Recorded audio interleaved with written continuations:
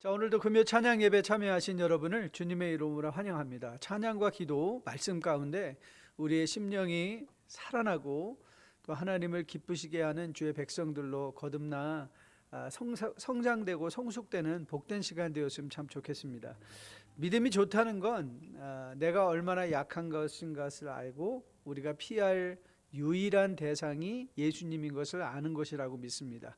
오늘 함께 찬양하는데요, 피난처 되시는 주 예수, 우리의 심령의 피난처 되시는 주 예수를 우리가 함께 찬양하며 정말 그 주님의 빛이 우리의 얼굴에 비침으로 우리가 늘 매일의 삶 가운데서 주님을 통하여 새 힘을 얻는 주의 백성으로 거듭나 세워줄 수 있도록 함께 찬양하는 시간 되었으면 좋겠습니다.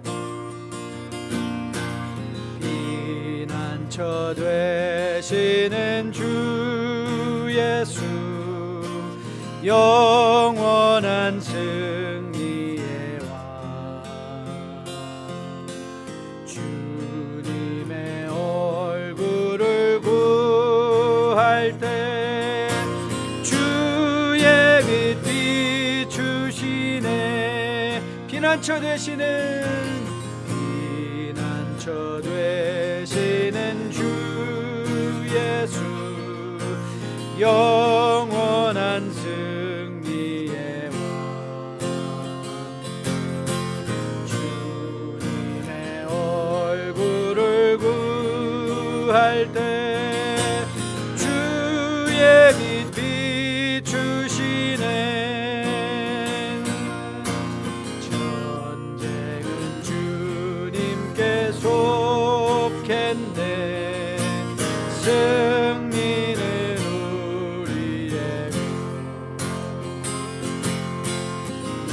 예수의 이름을 높이며 영원히 찬양하리. 주님의 임재에 온 땅 흔들리고 우리 하늘문 여시네. 온 민족과 열방 주께 경배해. 영원히 보좌에 계신 왕께 피난처 되시는 주 예수, 영원한 승리의 왕, 주님의 얼굴을 구할 때 주의 빛 비추시네. 전쟁은 주님께 속했네. 승리는 우리의 예수의 이름을 높이며 영원히 찬양하리. 주님의 임재에 온 땅 흔들리고 우리 기도에 하늘문 여시네. 온 민족과 열방 주께 경배해. 영원히 보좌에 계신 왕께 주님의 임재에 온 땅 흔들리고 우리 기도에 하늘문 여시네. 온 민족과 열방 주께 경배해. 영원히 보좌에 계신 왕께. 아버지, 주님이 우리의 보좌에 앉으신 주인이요 왕이심을 고백합니다. 그래서 우리의 심령이 오늘도 주님께 피합니다. 주님께 달려갑니다. 주님의 보좌 가운데 우리에게 오늘도 말씀과 찬양을 통해서 충만한 은혜를 베풀어 주셔서 우리의 모든 삶을 돌아보며 주님 앞에 미리 감사할 수 있는 주의 백성들로 세워지게 주님 인도하여 주시옵소서. 이 모든 말씀 우리 주 예수님 받들어 간절히 기도했습니다.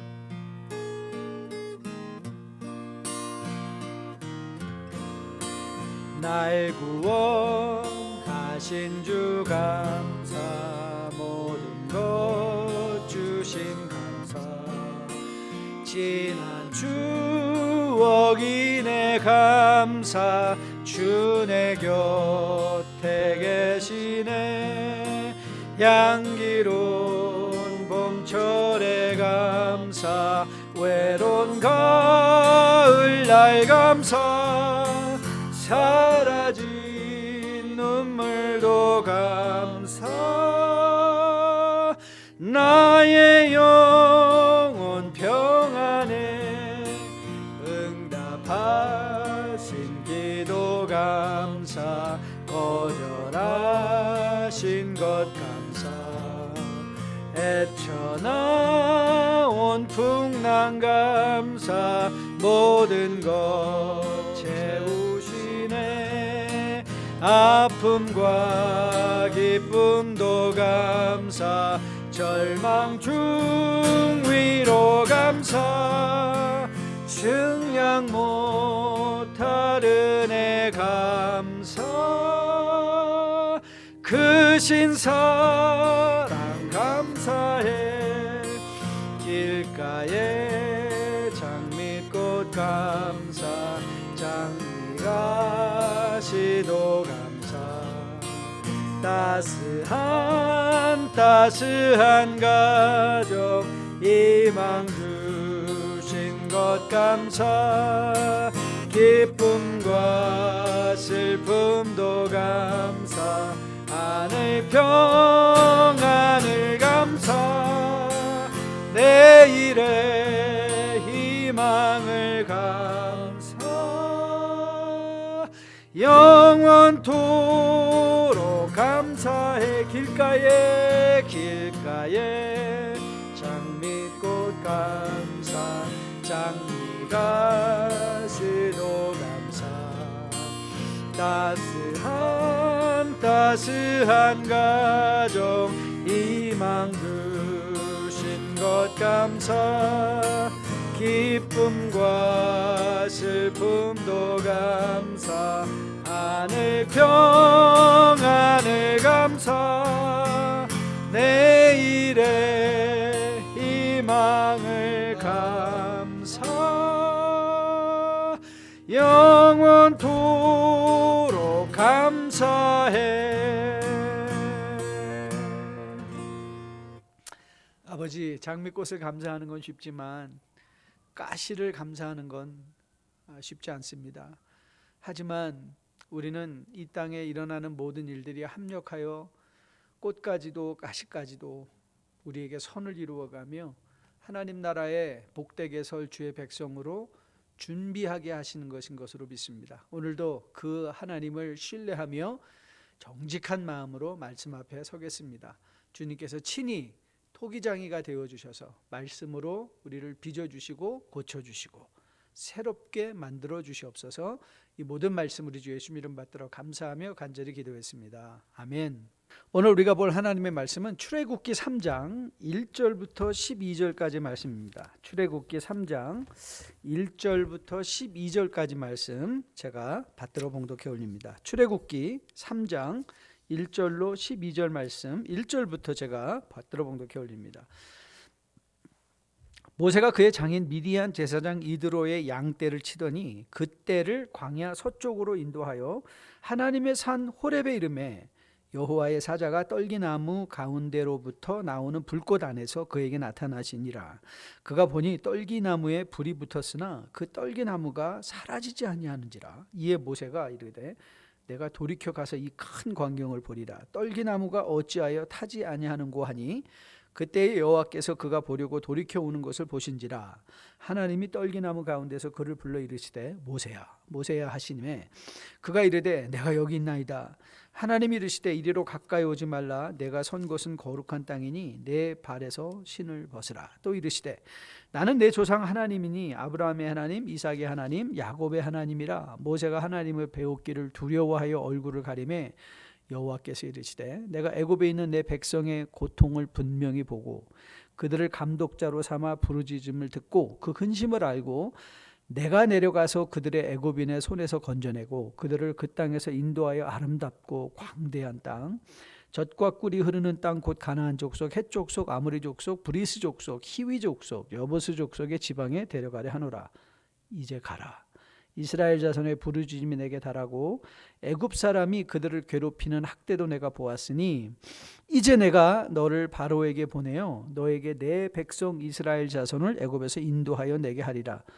모세가 하나님께 이르되 아뢰되 내가 누구이에 바로에게 가며 이스라엘 자손을 애굽에서 인도하여 내리까. 하나님이 이르시되 내가 반드시 너와 함께 있으리라.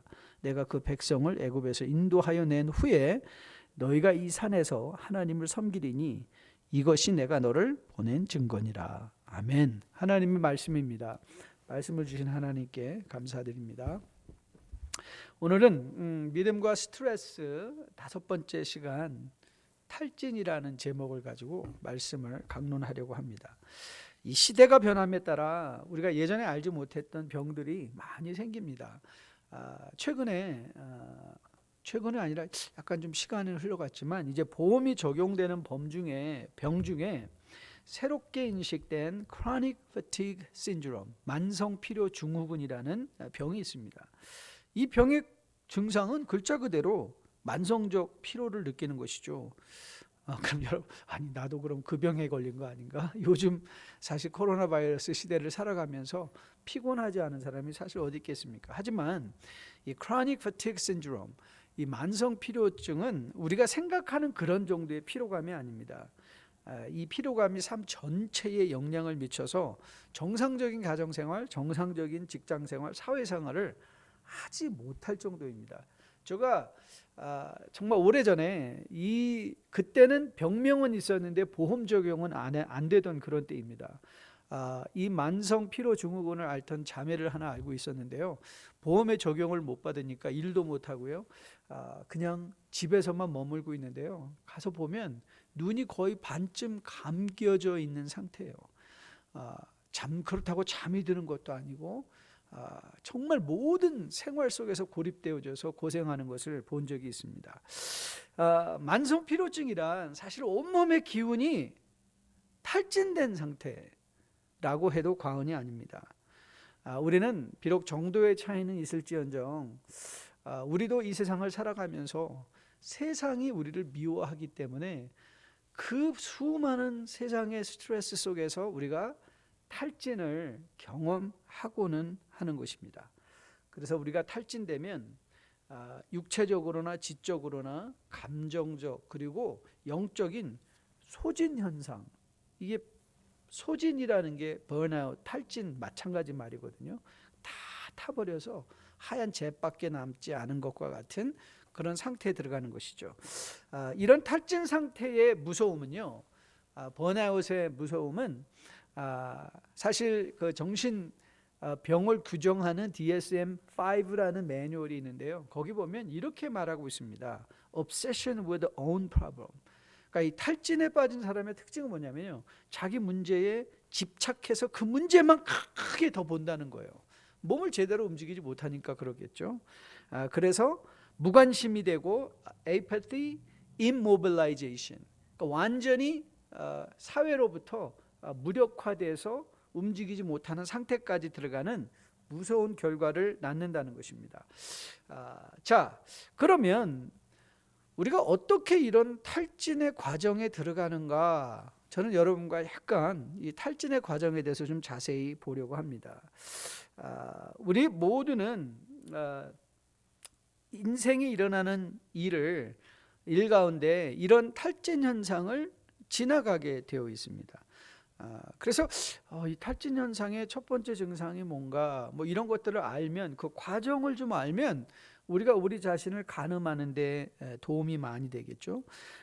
이 사람들이 어떤 일 가운데 경험하는 탈진의 첫 번째 현상은 뭐냐면 high energy, high enthusiasm, high idealism이에요.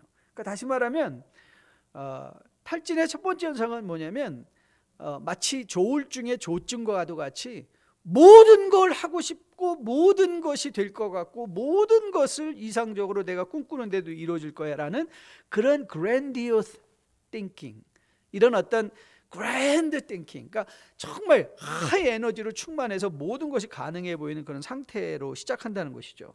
그런데 여러분, 현실이 어찌 그렇습니까? 우리가 아무리 좋은 기대감이나 선한 의도를 가지고 일한다 할지라도 세상은 그렇게 만만하게 뭐 우리가 흔히 세상에서 말하는 것처럼 스스로 돕는 자를 돕는 것이 아닌 것 여러분 잘 알고 있지 않습니까? 그러니까 어떻게 되죠? 그렇게 조증으로 하이 에너지를 가지고 시작했지만 우리는 흔히 이제 그 다음 단계로 들어가게 되죠. 여러분, 하이 에너지, 우리가 그때는 우리의 몸을 막 소진시키는 거죠. 우리 에너지를 막 소진시켜서 두 번째 단계에 들어가면요, 이제 조우울증, 그러니까 디프레시브한 모드로 들어가는 것처럼요, 우울증으로 들어가는 것처럼 로우 에너지, 로우 엔투지애즘, 로우 아이디얼리즘, 가장 기대감이 없어지는 거예요. 점점 충만한 에너지로 막 일하다가 어느 순간에 뚝 떨어져서 아휴, 이렇게 해봤자 무슨 소용이 있어, 이런 자포자기 상태로 들어가면서 이제 점점 일에나 또 주변에 일어난 일에 관심을 갖지 않게 되고 그 다음에 목표가 희미해지는 것을 경험하게 되죠. 아마 여러분들은 이런 분들을 주변에서 많이 보셨을 거예요. 왜 사세요? 그러면 아이고, 죽지 못해서 살죠. 여러분, 이런 답을 하는 대부분의 사람들은 어쩌면 이 과정을 지나가고 있는지도 몰라요. low energy, low expectation, low idealism, low enthusiasm, 아무런 삶의 열정도 없이 그냥 아유, 죽지 못해 살아요 라는 이런 식으로 자포자기한 말을 할 때가 많이 있다는 것이죠. 그런데 탈진은 이런 우울증에서 조우울증에서 멈추는 것이 아닙니다. 계속 진행이 돼요. 이 세 번째 탈진의 과정을 살펴보면요, chronic exhaustion, 만성 피로감이며 diffused physical symptoms, 그러니까 다방면에 그냥 몸이 다 아픈 거예요. 왜 그러잖아요. 아유, 손마디 끝까지 안 아픈 데가 없어요. 몸이 그냥 어디가 특별하게 아픈 건 아닌데 그냥 다 아픈 거예요. 그 다음에 irritability, 이게 성격이 아주 날카로워서 찌르기만 하면 폭발하는, 그죠? 감정적으로 소진된 사람의 특징 중에 하나가 뭐냐면요, 건들면 터져버려요. 건들면 부서져 버려요. 건들면 그냥 막 도망쳐 버려요. irritable 해요. irritable. 그 다음에 depression. 마지막으로 제일 정말 힘든 증상 중에 하나가 뭐냐면 resentfulness. resent 하는 거예요. 이 세상에 일어나는 모든 일을 다 원망해요. 누구 탓이다, 누구 때문이다, 내가 이렇게 된 건 세상 탓이다, 못 탓이다. 그래서 계속해서 마음의 원망감으로 쌓여지는 것이죠. 그런데 여기서까지도 멈추지 않아요. 더 이 마지막 과정까지 가요. 마지막 과정. 그게 뭐냐면 아까 처음에 소개해드린 대로요, 이 탈진의 마지막 증상은 obsession with own problem. 기억하시죠? 자기 문제에만 집착하여, 그러니까 피해의식으로 완전히 전락해버리는 거예요. 그러니까 자기는 다 피해자예요. 그 피해자가 당연히 대접을 받아야 되잖아요. 그런데 주변에 나는 피해자인데 아무도 나를 알아주거나 위해주거나 대접해주지 않아요. 그럼 어떻게 되죠? 더 마음의 원망감으로, hatred, 이 증오심으로 채워지게 되죠. 당연히 그러니까 뭐가 사라져버려요? 삶의 기쁨이 사라져버리는 거예요. 그게 탈진의 무서움이에요. 그런데 이 탈진의 현상의 중심에는 뭐가 있죠? 세상으로부터 받는 스트레스가 있는 거예요. 스트레스. 자, 그럼 이제 우리가 던져야 되는 질문은 뭐냐면, 어떻게 이런 탈진으로부터 우리를 보호해서 스트레스풀한 세상 속에서도 성도의 합당한 마땅한 본분을 유지하며 살아갈 수 있을까? 어떻게 우리 자신을 탈진으로부터 지켜낼 수 있을까? 그래서 스트레스가 다 부정적인 것은 아니라고 그랬어요. 스트레스풀한 시정에서 스트레스로 말미암아 우리 자신을 경각심을 불러일으킬 수 있다고 그랬잖아요. 그러니까는 이 탈진으로부터 우리를 지킴으로 세상의 스트레스에 대해서 긍정적으로 반응할 수 있는 그런 자리까지 어떻게 나갈 것인가. 사실 이거는 굉장히 접근하기가 힘든 주제인데 제일 좋은 방법은 뭐냐면 사례를 연구해 보는 거예요. 그래서 제가 오늘 이 탈진의 현상의 과정 중에 있는 한 사람을 이제 소개시켜 드리려고 하는데 그게 모세예요. 제가 모세를 정한 이유는 특별한 설명을 하지 않아도 여러분은 이미 오랫동안 신앙생활을 하신 분들은 모세에 대해서 잘 알고 있기 때문에 조금만 언급하다 그렇지 하고 우리가 모세를 통해서 우리 알고 있기 때문에 오늘 제가 여러분과 하고 싶은 건 그 모세의 사례를 보면서 그 모세를 통하여 나를 볼 수 있는, 그렇죠? 모세를 통하여 나를 보고, 그럼 모세가 사실은 3장 이후에 어떻게 하나님을 통하여 그가 이 백성을 이끌어내는 지도자로 보냄을 받는가라는 장면 이제 계속 보실 거 아닙니까? 그러니까 결국 우리는 모세가 회복되어서 하나님의 일을 감당하다가 이 세상을 떠난 것을 보는 것처럼 우리도 그런 자리. 그래서 이 과정 중으로부터 모세를 통하여 배움으로 우리가 모세의 자리까지 가지 않고도, 그래서 우리가 40년이라는 시간을 허비하지 않고도 우리는 남겨진 우리의 삶을 충만한 가운데 하나님과 동행하며 살아내므로 기쁨 가운데 이 세상을 떠날 수 있는 그런 주의 백성들로 거듭나 세워지는 시간이 되었으면 참 좋겠습니다. 여러분, 이전의 모세를 여러분 기억하시죠? 이전의 모세는 애굽의 공주의 아들로 왕궁에서 잘 교육받고 최상의 교육을 받지 않았습니까? 이런 모세에게도요 하이 에너지 할 때가 있었죠. 그게 언제였었죠? 자기가 히브리인이라는 걸 자각하고 가서 일터에 가서 보았더니 애굽 간원이 히브리 사람 하나를 학대하는 것을 보고 어떻게 됐어요? 충만한 에너지로 가득 찼어요. 그래서 어떻게 했습니까? 애굽 간원을 쳐 죽였습니다. 에너지로, 아이디어, 내가 민족을 위해서 내가 이런 일을 한다, 이런 어떤 하이 익스펙테이션, 그 다음에 열정, 사람을 죽이는 정도의 그 패션은요 대단한 거죠. 거기까지 나갔습니다. 하지만 우리는 금방 알고 있죠.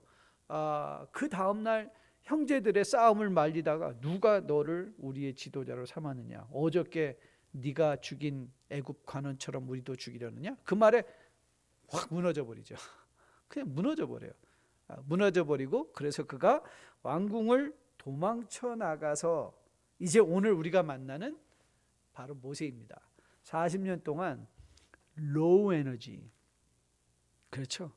양이나 치고 로우 엔투지애즘, 아무 거에 대한 열망이 없고, 그렇죠? 로우 아이디얼리즘, 이상적인 목표에 대해서 민족을 생각하는 목표, 그런 거 없습니다. 그런 거 없었습니다. 그런데 그가 이제 그 문제의 해결의 시작점인 하나님을 만났는데요, 하나님이 모세를 어떻게 만나주시는가가, 그러니까 여러분이 흔히 모세를 하나님이 만나주셨다라는 차원에서만 이게 그냥 큰 그림으로 이해하는 게 아니라, 오늘 사실 핵심은 뭐냐면 하나님이 모세를 어떻게 만나주셨는가, 그 모습이 굉장히 중요한 거예요. 여러분, 지금 모세의 그 전형적인 모습은 탈진의 마지막 과정을 지나가고 있는 것을 보게 돼요. 시니컬하고 삶에 아무런 기대감이나 소망도 없고, 자기 스스로에 대해서 비하하고, 어쩌면 매일 아침마다 내 인생이 어떻게 이렇게 꼬였냐 라고 하루를 시작했을지도 모르겠어요. 항상 자기 자신은 이제 시대의 민족으로부터 내가 지들을 위해서 사람을 죽였는데 이렇게 대접해도 되는 거야 라는 어떤 상처, 분노, 이런 것들이 꽉 쌓여있던, 마음에 쌓여있던 그런 모세의 모습이 아닌가 보게 됩니다. 여러분, 사실 이런 거는 모세뿐만 아니라 여러분도 기억하시죠? 엘리야, 모세와 버금가는 450명의 바알의 선지자들과 대항하여 싸우고 아합의 마차보다 먼저 들어가서 이세벨 앞에 섰는데 이세벨이 뭐라 그랬죠? 내가 너를 죽이지 않고는 내가 오늘 잠도 안 자겠다. 그러니까 어떻게 했어요? 그냥 주랭랑 쳐버렸죠. 그래서 3일 동안 뛰어가서 로뎀나무 밑에서 뭐라고 그랬어요? 주여 나를 죽여주소서. 죽여주소서. 거기까지 나와요. 로우 에너지, 로우 엔투지애즘, 로우 아이디얼리즘. 그렇죠? 거기까지 나가는 것을 보게 됩니다. 이 모세의 사례를 통해서 보는 이 탈진의 원인은 사실은 첫 번째 단추가 잘못 껴졌어요. 첫 번째 단추가 잘못 껴졌던 거는 뭐냐면 그가 자신을 지나치게 과신하는 것부터 출발했죠. 그렇죠. 내가 이제 이 백성들을 위해서 뭔가 할 수 있겠다라는 절대적인 자기에 대한 신뢰감으로부터 그가 시작한 거예요. 그러니까 이게 잘못 끼운 것이죠. 여러분, 탈진의 증상에 가장 영향을 많이 받는 사람이 누군가 하면요, 감정적으로 쉽게 흥분하고 지나치게 감정적이고 또 지나치게 자기 능력을 신뢰하는 사람들이 탈진에 빠질 가능성이 굉장히 많습니다. 지나치게 감정적인 것이죠. 여러분에게 너무 교훈이 돼서 제가 기억하면서 여러분께 가끔 소개해드리는 이 재미있는 예화가 하나 있어요. 그 예화가 뭐냐면 어느 날 교회에 어떤 성도님이 찾아온 거예요. 찾아와서 그 목사님께 이렇게 부탁을 했어요. 목사님, 저는 숨어서 조용히 봉사할 테니까 그냥 저를 그냥 가만히 내버려 두시면 되겠습니다.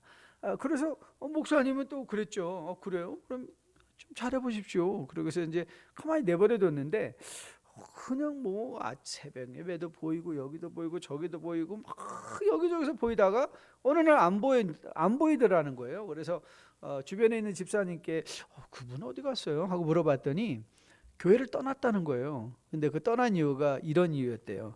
이 교회는 숨어서 일하는 사람을 안 알아준다고. 아니 그렇게 알아주는 걸 바랬으면 왜 애당초 숨어서 일한다고 얘기를 했을까요? 그렇죠? 하이 에너지를 갖고, 그렇죠? 자기 이상적, 내가 이렇게 하면 이렇게 반응하고 저렇게 하면 이렇게 알아주고, 그런 어떤 마음의 큰 기대감을 가지고 막 가가지고 일을 했지만 그게 자기 기대대로 이루어지지 않았을 때 어떻게 됐어요? 금방 마음이 무너져 버리죠. 마음이 무너져 버려서 어떻게 됩니까? 이제는 또 도망쳐 버리는 그런 현상을 보게 됩니다. 자기 능력을 과신한 사람은 처음에는 굉장히 에너지가 충만하고 열정도 있고 그리고 아주 원대한 목표를 갖고 일하는 것 같지만 조그만 좌절에 부딪히면 거기서 그냥 무너져 버리고 깨져 버리는 것을 보게 됩니다. 그게 탈진에 걸리기 쉬운 사람 중에 특징 중에 하나입니다. 자, 그러면 어떻게 우리가 이런 무서운 탈진의 증상으로부터 우리를 예방하며 살아갈 수 있을까? 이제 오늘 하나님께서 모세를 만나주는 장면을 좀 자세히 보면서 교훈을 한번 살펴보려고 합니다. 가장 먼저는요, 하나님께서 당신을 계시하며 모세에게 보여주시는 방법이에요. 어떻게 보여주셨죠? 네, 가시떨기나무에 붙은 불로 보여주신 거예요. 자, 이게 굉장히 상징적인 의미가 있습니다. 이 떨기나무라는 말을 보면 영어 성경은 bush, 그러니까 여러분 bush 그러면 그냥 덤불이에요. 덤불. 이 덤불의 특징이 뭐죠? 불 붙이자마자 금방 사그라져 버리는 거예요. 그래서 불을 붙일 때는 좋지만 그 불을 오래 유지할 때는 덤불을 쓰지 않고 단단한 나무를 쓰는 거예요. 나무는 오래 타잖아요, 캠핑 가서. 그러나 이 덤불 같은 건 불이 쉽게 붙고 쉽게 타서 소진해버리는 특징이 있는 것이죠. 그런데 오늘 떨기나무에 불이 붙었는데 모세가 신기하게 생각한 게 뭐예요? 어떻게 불이 붙었는데 사그라지지 않냐 이 말이에요. 왜 불이 사라지지 않나? 그래서 그 산에 올라가서 그 불을 보고자 하였을 때 거기서 하나님을 만나 주신 것이죠. 여러분, 하나님이 이렇게 하신 거는 이 모세가 지금 생각을 못 하고 있는데요.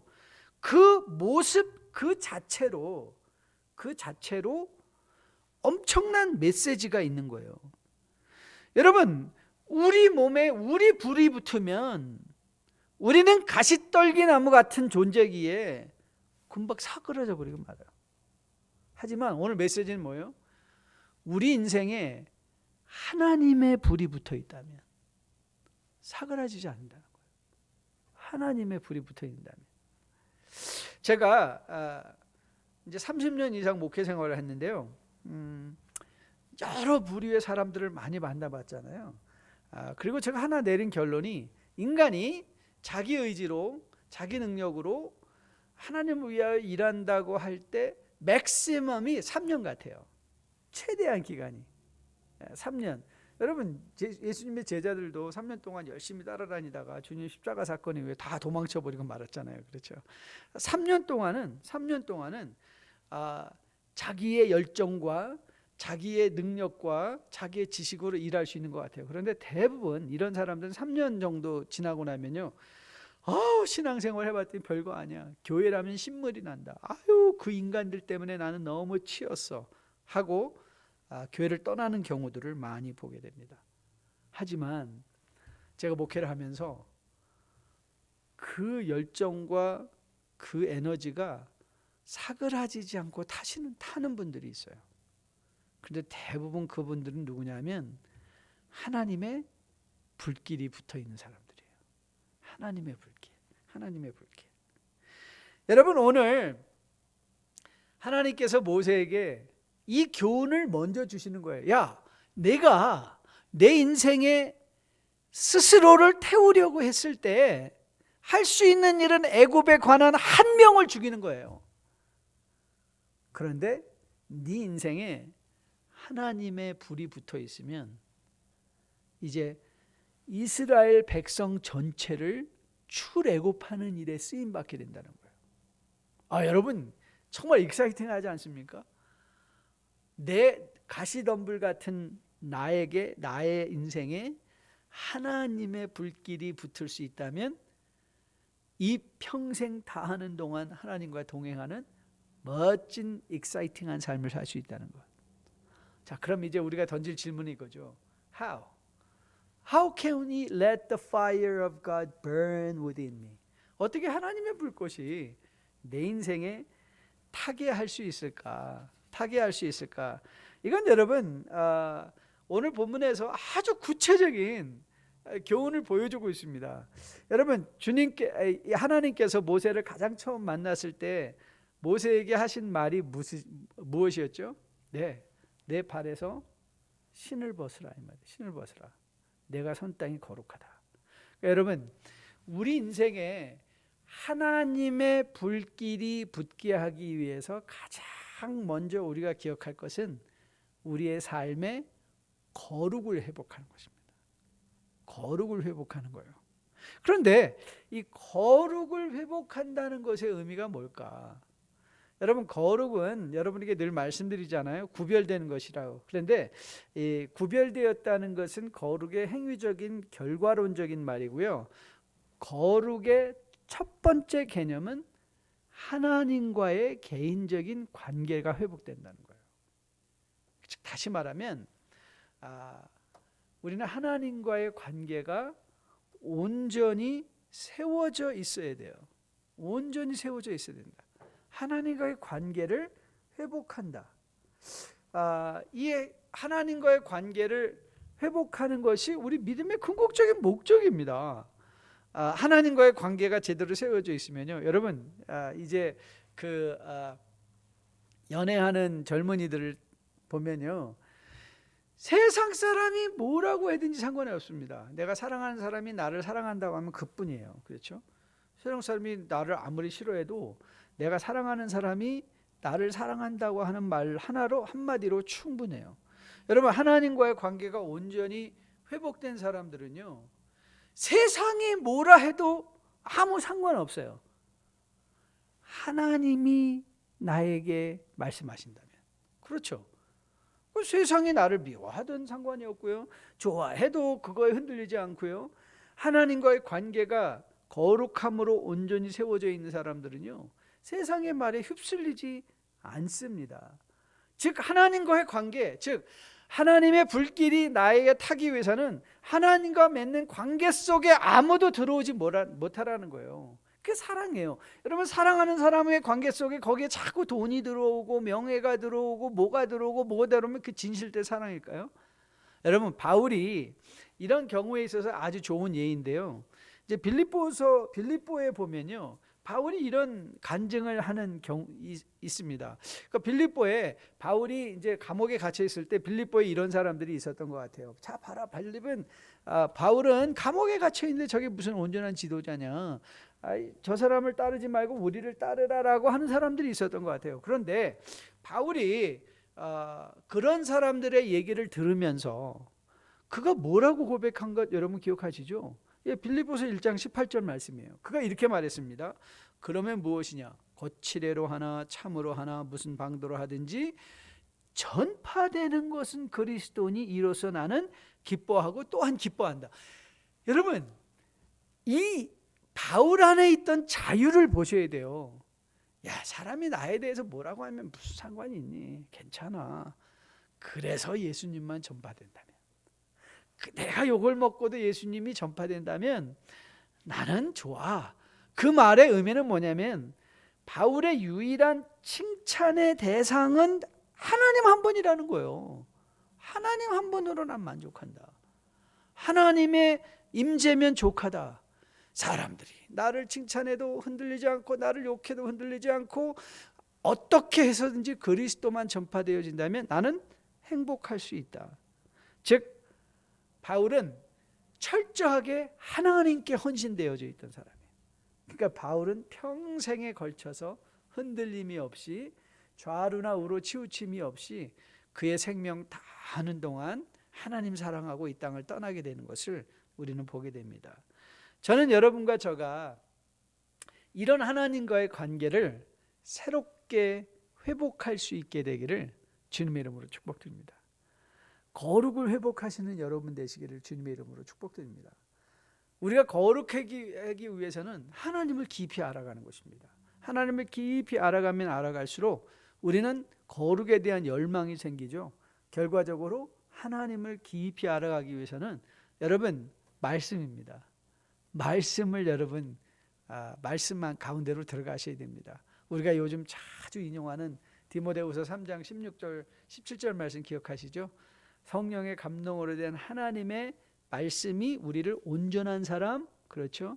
의로, 그 말씀은 의로 교육하기에 부족함이 없다. 즉 우리를 거룩으로 교육하기에 부족함이 없는 하나님의 말씀을 우리가 가까이 하면서, 저는 여러분이 하나님과의 관계 속에서 거룩을 회복함으로 말미암아 여러분의 마음 가운데 삶 가운데 영원히 사그라지지 않는 하나님의 불이 붙어 있으므로 세상의 어떤 반응에도 탈진으로 들어가지 않고 이 목숨 다하는 때까지 하나님의 불꽃으로 태우는 여러분과 저로 세워줄 수 있게 되기를, 그래서 스트레스 가운데서도 무너지지 않고 오히려 스트레스를 치고 나갈 수 있는 여러분과 저 될 수 있게 되기를 주님의 이름으로 축복드립니다. 두 번째는 하나님과의 거룩한 관계, 개인적인 관계를 회복하는 것이 탈진으로부터 우리를 예방하는 것이고요. 두 번째는요, 사명을 아는 것입니다. 사명.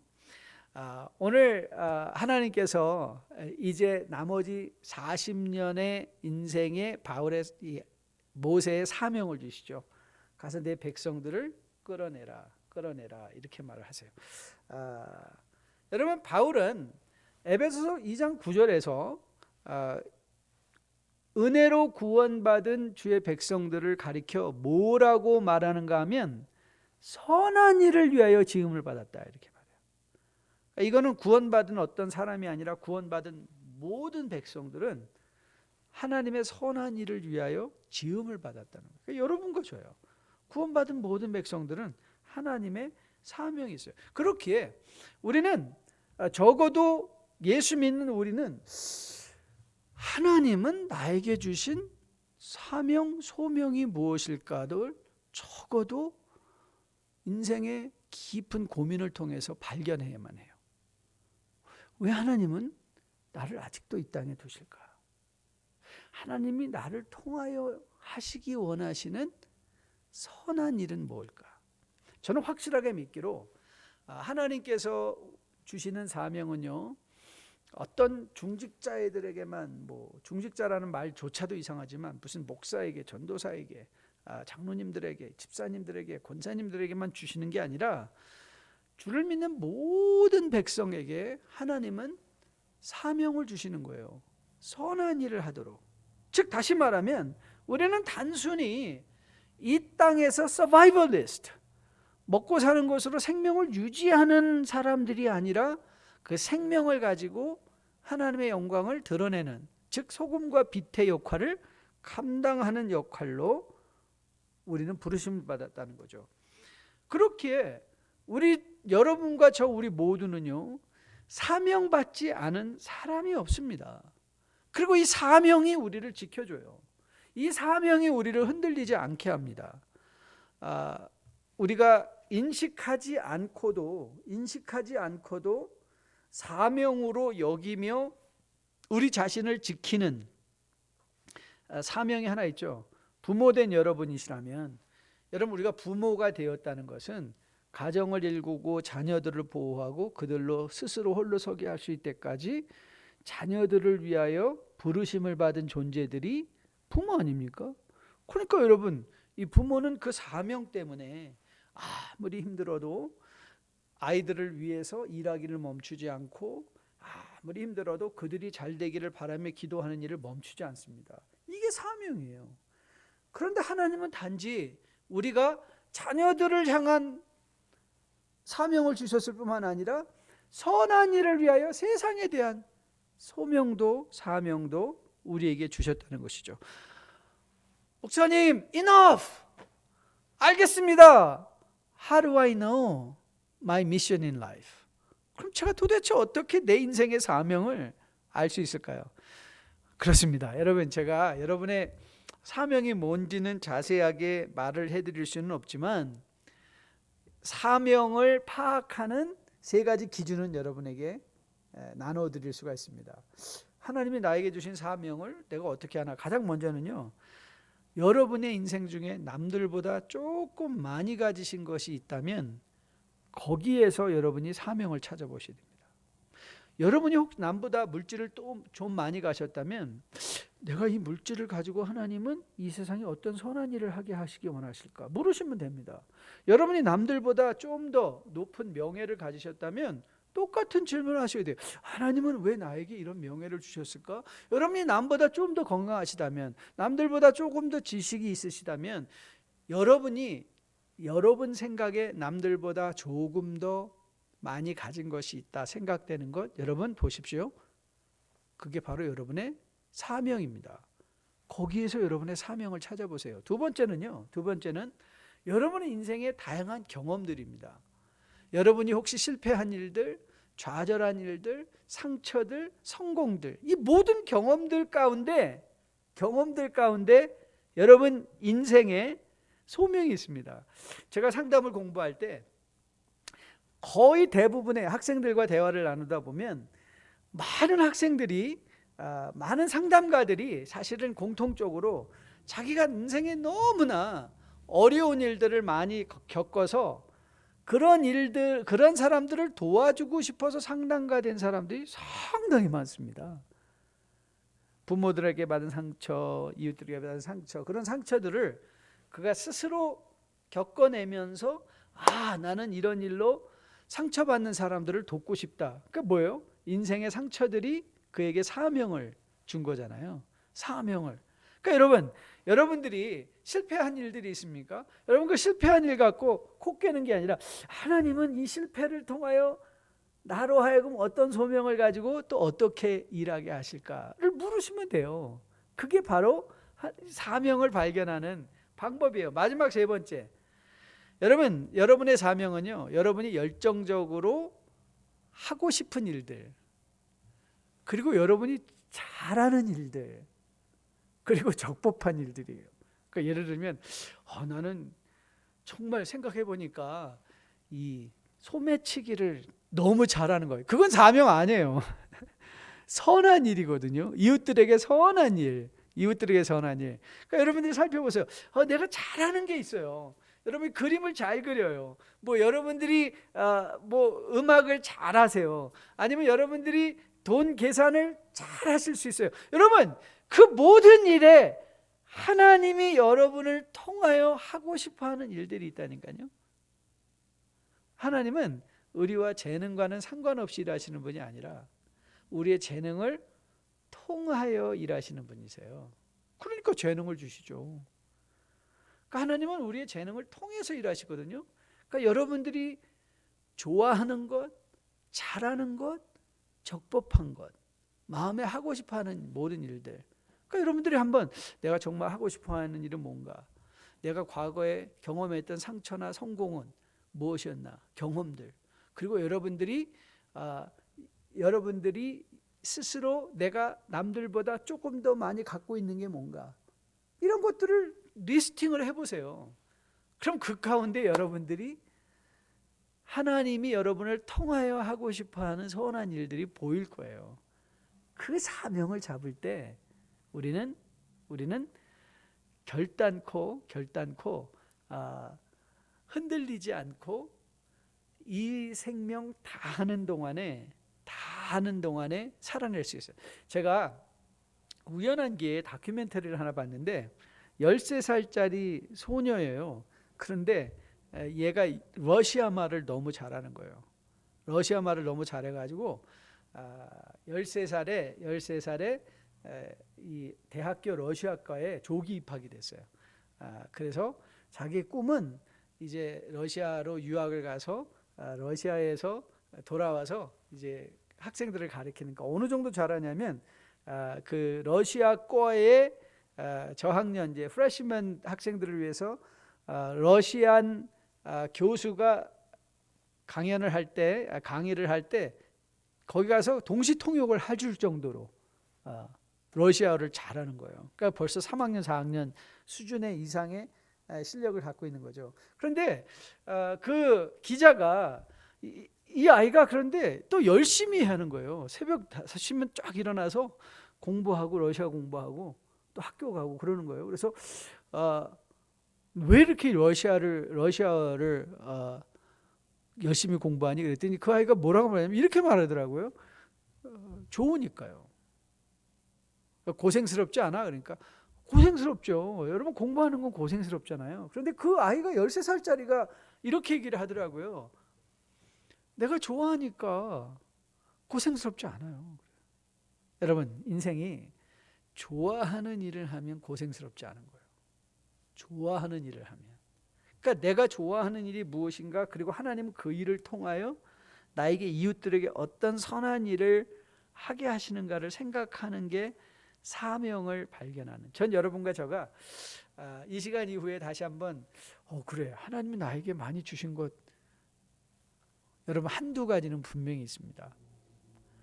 여러분 인생에 경험한 성공과 실패, 모든 상처의 경험, 좌절의 경험들 여러분 한번 살펴보세요.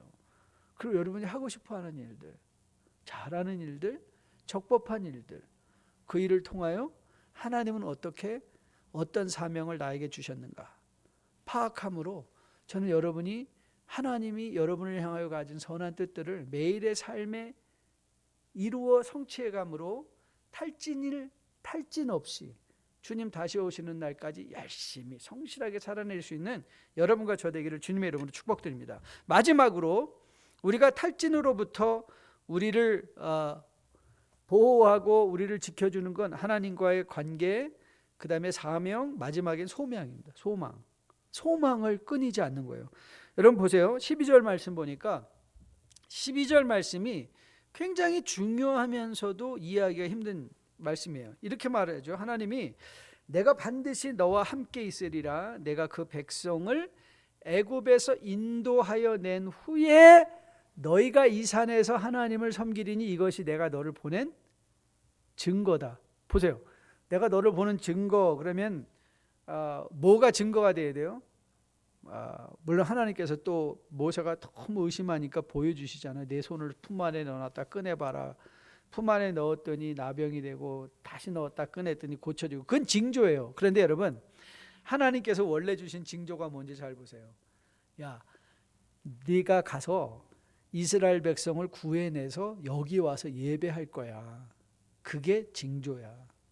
여러분, 그건 미래 일이잖아요. 근데 그 미래 일이 어떻게 우리에게 징조가 되는가? 여러분, 미래 일이 징조가 되는 건 우리가 소망을 끊이지 않을 때입니다. 소망이에요, 소망. 하나님께서 반드시. 여러분, 바울을 지켰던 힘이 뭐죠? 지금 내가 당하는 이 고난은 장차 임할 하나님의 영광과는 비교할 수 없도다. 소망이에요. 미래에 대한 소망. 여러분, 고린도전서 15장이 뭐예요? 부활에 대한 미래의 소망이에요. 성도를 지켜주는 힘이 뭐냐고요? 미래의 소망이에요. 여러분, 세상 끝날까지 나와 함께 하시는 그 하나님께 소망을 두는 건 오늘 모세에게 하나님께서 주시는 그 말씀이에요. 소망을 잃지 말라. 여러분, 우리를 번아웃으로부터 지켜주는 것이 뭔지 아십니까? 소망입니다. 하나님은 이 모든 일을 합력하여 반드시 선을 이루신다는 하나님의 일하심에 대한 소망이 우리를 지켜주고, 그 소망이 우리를 사로잡을 때, 그 소망에 우리가 갇혀 있을 때 우리는 결단코 세상에서 어떤 일을 당하든지 포기하는 것이 아니라 오히려 더 큰 열정을 가지고 주님 다시 오시는 날까지 주님과 동행할 수 있는 주의 백성으로 세워질 것으로 믿습니다. 자, 사랑하는 성도 여러분, 이 세상은 스트레스로 꽉 차 있습니다. 그래서 우리는 너무 쉽게 이 스트레스로 말미암아 탈진할 가능성을 많이 갖고 있습니다. 하지만 그 탈진으로부터 우리는 보호받을 수 있습니다. 하나님과의 관계, 말씀을 통하여 하나님과의 관계를 돈독히 하십시오. 더욱더 하나님의 거룩함을 닮아가십시오. 여러분 마음 안에 그리스도 예수의 마음을 품으십시오. 하나님이 여러분을 이 땅에 아직도 두고 계신 사명을 반드시 헤아려 보십시오. 여러분이 남보다 많이 가진 것, 남들보다 더 많이 받은 상처나 좌절이나 실패나 성공들, 아니면 여러분이 좋아하고 열정이 있는 일, 잘하는 일, 적법한 일들을 잘 리스팅해서 하나님이 이런 일을 통하여 나를 쓰시기 원하시는구나, 그 사명에 이끌려 살아가시고, 그리고 결단코 우리와 함께 하시며 이 세상 끝날까지 우리와 동행하시는 그 하나님께 대한 소망을 절대 놓치지 마시고, 그 소망으로 인하여 여러분의 마음이 보호함을 받고 주님 다시 오시는 그날까지 여러분들이 주님과 함께 동행하는 칭찬받는 주의 종들로 세워줄 수 있게 되기를 주님의 이름으로 축복드립니다. 이 찬양은 처음 불러보는 찬양인데요, 한번 여러분도 아실 거예요. 그런데 한번 여러분 예수 늘 함께 하시네 하고 유튜브에 치셔서 한번 들어보세요. 지난 한 주간 저를 얼마나 은혜 받고 이 찬양으로 제가 살아났는지 몰라요. 고단해지지 않고, 고단한 세상길이지만 고단함 가운데 만성 피로감으로 탈진되는 것이 아니라 오히려 우리의 심령이 믿음으로 살아내게 되는 일, 그게 바로 하나님께서 우리에게 주신 믿음의 특권입니다. 저는 여러분과 저가 이 찬양을 부르고 또 유튜브에서 다시 한번 들어보시면서 찬양이 익숙하게 돼서 항상 이 찬양을 흥얼거리면서 주님과 동행하며 여러분의 마음이 지켜줄 수 있게 되기를 주님의 이름으로 축복드립니다.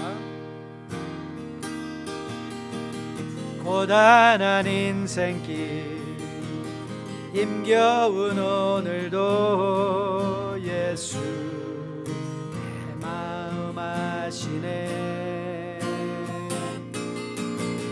지나간 아픔도 마주할 세상도 예수 내 마음 아시네. 고단한 인생길, 고단한 인생길 힘겨운 오늘도 예수 내 마음 아시네. 지나간 아픔도 마주할 세상도 예수 내 마음 아시네. 이름에 눈 들어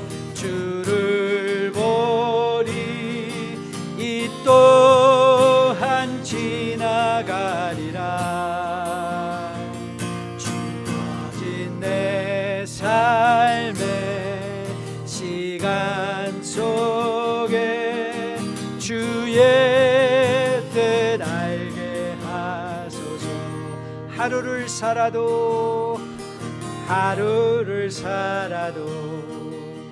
기쁨으로 가리. 예수 늘 함께 하시네. 후회도 염려도 온전히 맡기리. 예수 함께 하시네. 하루를 살아도 기쁨으로 가리. 예수 늘 함께 하시네. 후회도 염려도 온전히 맡기리. 예수 늘 함께 하시네. 내 눈 들어 주를 보리. 이 또한 지나가리라. 주어진 내 삶의 시간 속에 주의 뜻 알게 하. 믿음의 눈 들어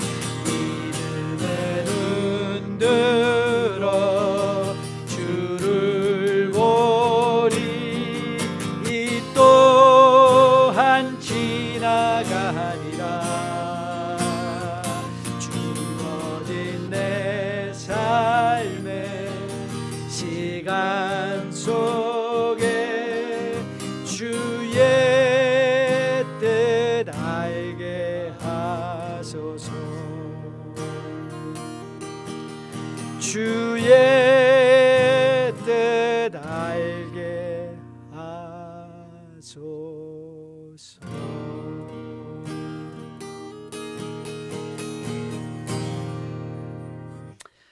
아버지, 이 세상은 우리를 피곤하게 하는 일 투성이들입니다.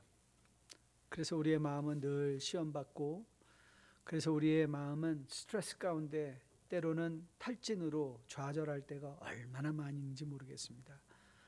하지만 하나님의 말씀은 우리에게 어떻게 평생을 다함이 없는, 끊이지 않도록 배에서 솟아나는 생수의 복된 삶을 살 수 있는가. 모세를 통하여, 엘리야를 통하여, 바울을 통하여 보게 하심에 진정 감사드립니다. 하나님은 우리를 사랑해 주시는 하나님이십니다.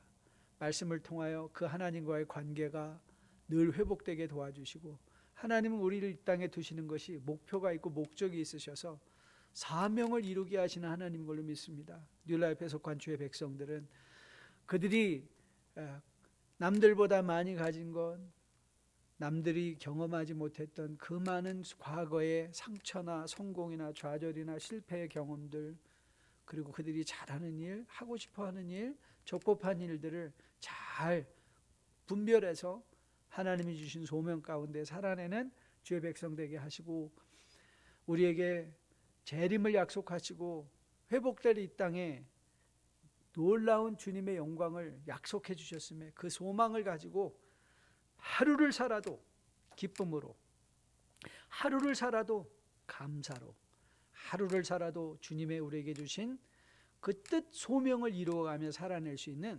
뉴라이프의 복된 백성들, 그래서 세상으로부터 스트레스가 아니라 오히려 기쁨과 감사를 고백하며 살아낼 수 있는 뉴라이프의 복된 백성들로 세워지게 함께하여 주시옵소서. 이제는 우리 주 예수 그리스도의 은혜와 아버지의 지극하신 사랑과 성령님의 인도하심이 말씀 받고 이제 세상에서 복된 삶을 살아내기로 소원하며 머리 숙인 뉴라이프의 백성들 머리 위에, 그들의 섬기는 기업과 직장 위에, 자녀들 머리 위에 지금으로부터 영원까지 함께 계실지어다. 아멘. 오늘도 좋은 휴식의 밤 보내시고, 또 내일 새벽에 말씀과 또 주일 현장에서 또 온라인으로 복된 예배 준비하며 고대하고 소망하는 여러분과 저 되기를 주님의 이름으로 축복드립니다. 샬롬.